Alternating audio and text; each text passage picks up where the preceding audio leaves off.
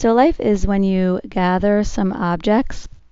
And what they asked was that you gather some objects that bring you joy or some objects that you like.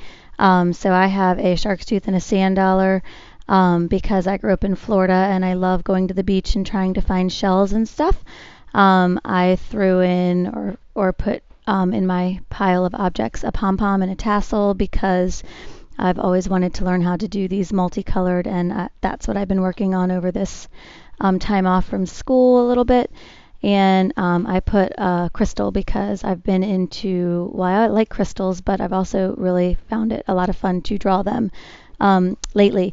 And while I was searching for paper, I found this picture of a coffee mug, and I love coffee. It brings me great joy. So I am going to just collage that right on in. So the county gave 3 different ways for you to do this. It's the same lesson. You would look at the same artist if you go to the print pathway, or I have it on digital in my Schoology page. And you can read this and look at the artist. And then here's the options that you have. If you just want to arrange your objects and draw some things, that's completely fine. If you want to search out for some paper, you can use old magazines. That's an option too. But for grades 3 and 4, it's similar. They really just want you to take any type of paper that you can find. So if you have like some pattern paper or some construction paper, you can use that. If you have magazine paper, you can use that. Whatever you can find around your house is completely fine. And they just want you to look at these objects and cut out the shapes. So if I were going to cut out the shape of my shark's tooth, you can draw it first, I suppose, or you can just do it. Just use your scissors to draw, but I might cut out this shape. And they really don't want like lots of details. If I was going to draw my sand dollar, I might do a circle right here. Maybe I would take the time to cut those out. Maybe not. Maybe just the shape, because that's all that the project is really asking you to do. So I would just cut these out.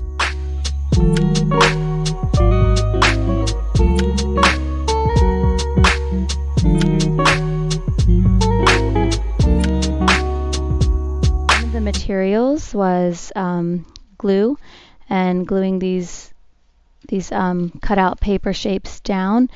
But what I said in our class meeting the first time was, if you don't have any glue, then you can just go ahead and lay them down and arrange them, and that should be just fine. If you can maybe take a photo on a tablet or a parent's phone, and you can go to my Schoology page and upload your image, or you can just save it. If you don't know how to do that, or you don't have access to the computer, that's fine. So I might arrange something like this. I could also draw some things, like I might draw a marker. I forgot to show you, I have that, of course, in my pile of still life objects as well. So I would just go about that. If I had glue, I could pick a background paper and I could arrange these things onto my background. I could do some overlapping. That's when one goes in front of the other, like that. I could glue them down. If not, like I said before, you could just lay them down and take a picture.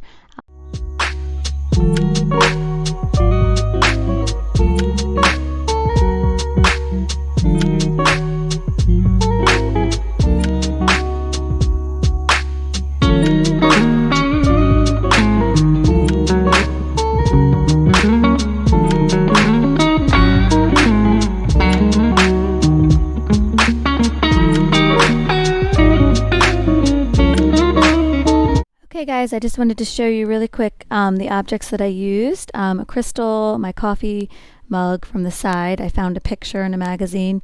A sand dollar, a shark's tooth, and markers are all objects that bring me joy for different reasons. that I explained at the beginning. And then this is my final collage of my still life objects. So I used some paper that I had around the house, some magazines, some blank white paper. You can use whatever paper you find around your house, recycled paper, pattern paper. Again, you can make your own paper, and then you can, or you can draw it if you feel more comfortable with that and you only have a pencil and some paper. Newspapers are also a great thing to use. So I just wanted to show you the final result, and I would go ahead and upload that picture. I did leave out my pom-pom, but I could throw that in there